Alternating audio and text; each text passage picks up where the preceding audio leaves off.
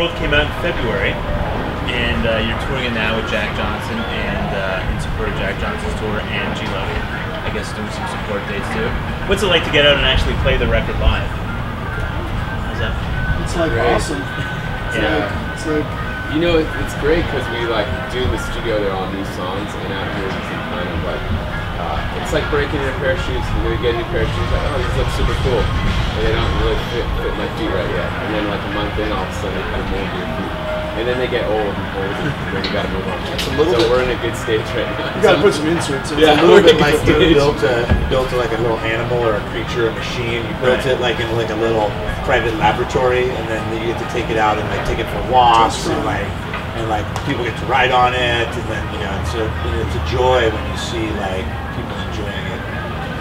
I would imagine too, because you're more of a live band than a studio band, you get to do a lot more outside of the studio with the songs that you've created.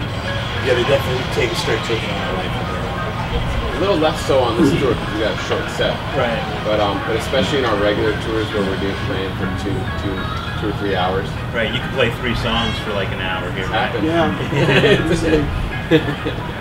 Let's talk about some of the tracks on the record, if you don't mind. There are 3 that for me stand out. The first one right off the top is Suspended, which I think is a great song and takes you in all kinds of different ways.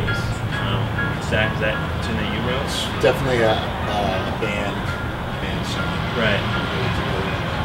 And is there anything about any part of the song that you find more exciting than? Well, it was the every time we go into the studio, I think there's always this. We always find ourselves with the dilemma between letting the music sort of breathe and be longer, and then also editing it down so it's a concise song.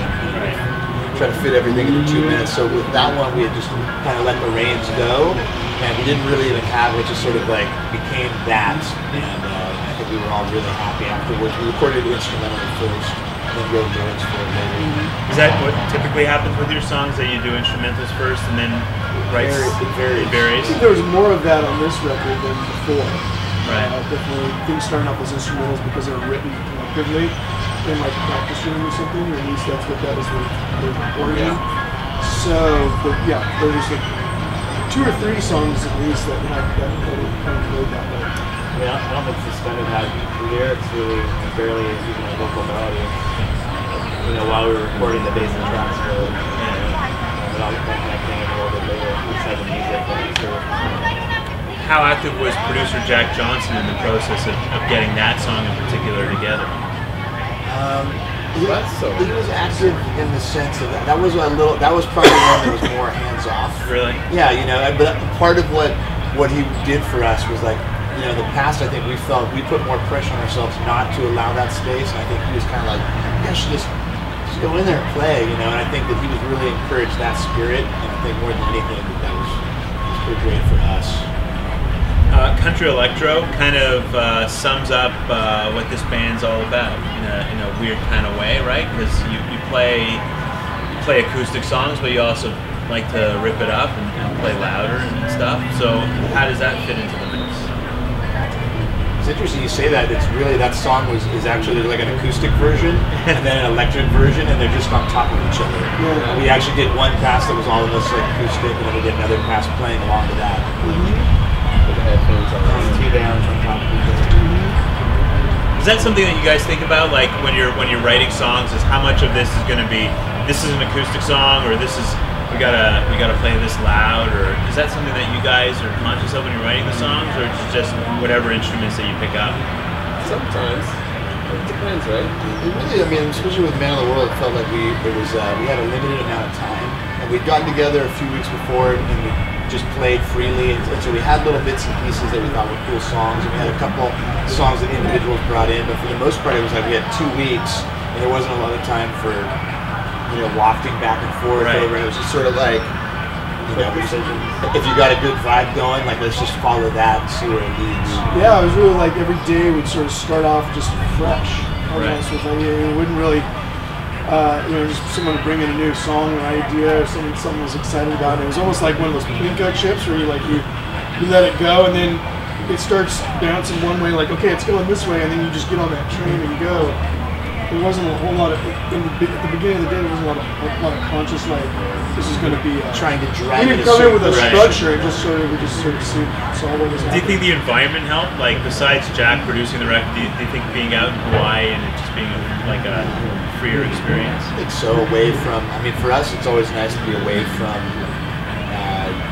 all our normal things. You know, Right. sometimes we record near home, and that could be great for being home, but then it's hard to leave. Right. It's stressful, by the way. Very relaxed environment in general out there, which kind of allowed us just to sort of like roll with it. Wait for what was working for us. I guess too for you guys, you know, being road brothers, and you don't really see this as necessarily work. You see it more as, I read somewhere that you see it more of as a lifestyle, you know. And I'm sure that's quote's been mentioned all over the place. But for you guys, it's just about making music and having fun. So experimenting with different things isn't a big deal, right? No, not usually, but I mean, it's funny how, you know, as you get a lot of things wrapped up in it, sometimes you don't always give yourself freedom to do that. I think Man of the World was a big step for us, just kind of getting back to a freer place. And it's always like a waxing and waning, because, you know, sometimes, you know, it's like you're in your little room in like a garage, and you don't think anyone's going to ever hear this thing, and then all of a sudden people are hearing it, and saying they like this, and criticizing it for this, and then you can't help but bring that with you, and sometimes it's hard to get back to that original space. Do you think having solo projects in between the two records helped too to shape some of the stuff that went on in the studio? I think so, Yeah, sure. definitely. I think while we're away, we all sort of get into other things. Right. And then when we get back, like Steve you'd mentioned the other day, and I didn't really think of it this way, but like I brought a pedal steel guitar with me, Right. and that was definitely based out of like having some time off from ALO and like getting into something new. And then we come back to the studio, and all of a sudden, oh, here's a new instrument, getting that part of the sound. And, you know, like I think each of us in our own way bring new things in when we take time It off. helps the individuals to like get their things out and then come together more like a group. So Right. Yeah, not feel that's- like a pressure to You know, a lot of times to add something new to what you do, you have to stop what you're doing. You know, Yeah. make space for it. Yeah, otherwise when it's we were on tour for so long, or just working so constantly for a long time that it was good for me, like as a player, to have the time off to just sort of absorb and process kind of things that all the experience I've gotten from doing all that work on touring. And you gotta kind of like stop and have time to process it, and then throw it into the next thing. You're all musicians, so it makes a lot of sense that you'd have a song like I Love Music on the record, right? I would imagine that live that thing gets, not in this setting necessarily, but that thing gets jammed out. Yeah. We have fun with that one. It's become a fan favorite. Yeah. It kind of came from a jam too, like at this little place in Utah that we used to play at a bunch. And it was like it was called Older recording.